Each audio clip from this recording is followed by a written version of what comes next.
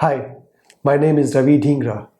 In this video, I'm going to talk about focus stacking or focus bracketing. In my video about tripod, I had used this term focus stacking or focus bracketing, and I've got a lot of queries. People are asking me about the concept of focus stacking and how do we use it in our photography.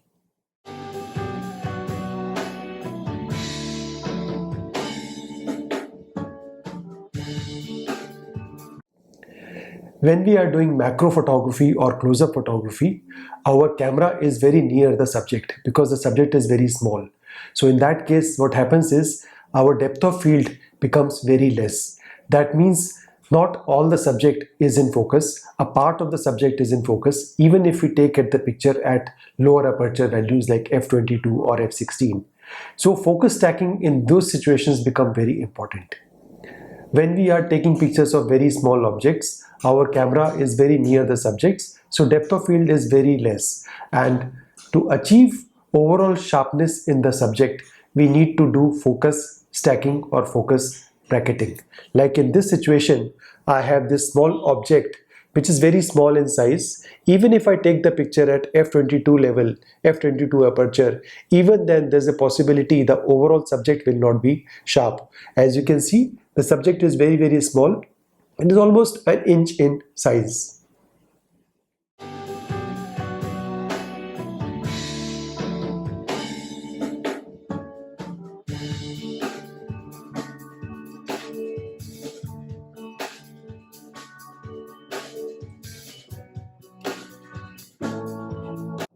For taking pictures at multiple focus points, our camera has to be mounted on a tripod and we need to use macro focusing rail, which helps us in focusing at different points and later on composing in an editing software. The process of taking pictures at multiple focus points using the focusing rail is cumbersome and time consuming. In the EOS R series cameras, Canon has given this option of focus bracketing in the camera itself.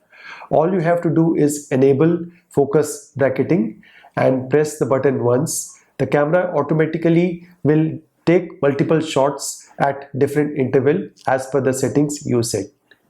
The option of focus bracketing is there in Canon EOS RP and the newly launched EOS R5 and R6. All you have to do is to go to camera menu and enable the focus bracketing option. And while choosing the focus point, the first point of focus will be the closest to the camera. And then you can also set up number of shots which will depend on the size of the subject and the distance between each shot. And then just by pressing the button, the camera will automatically start taking the pictures, and as per the settings you have set, as per the settings you have done in the camera, it will take number of shots which will be there with you, and you can put them together in an editing software to get a stacked image. So I'm going to take picture of this particular small object, a small frog, which I'm going to place here. I have mounted Canon EOS R6 on a tripod, and this is a lighting setup. To understand the lighting setup, kindly have a look at my lighting setup hacks video. I am in the shooting menu of the camera and I am enabling the focus bracketing option. And after enabling the option, number of shots I have chosen are 40 and the focus increment is narrower.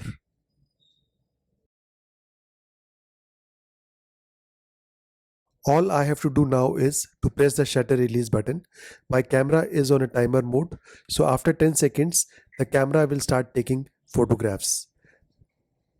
The first focusing point is the closest to the camera, and I had chosen 40 pictures, and you will notice that the camera is now taking these pictures and the number you can see is reducing 40, 39, 38 and so on.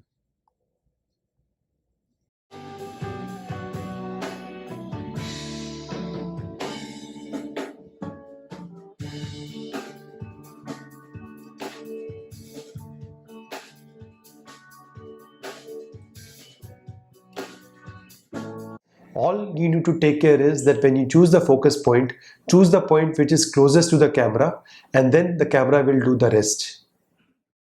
When we take pictures at narrower apertures, less than f11 like f16, f22, f32, diffraction takes place, and because of diffraction, image gets softer. There may be more depth of field, but if you enlarge the picture to 100%, you will notice that image is slightly softer.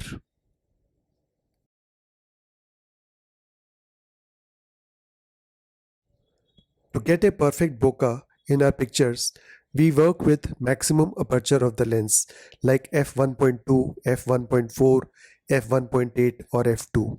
When the aperture is narrower, the shape of bokeh changes.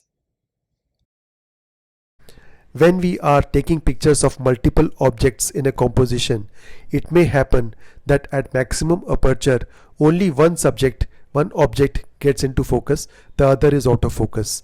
So we need to work with focus stacking option or focus bracketing option so that both the subjects can be in focus.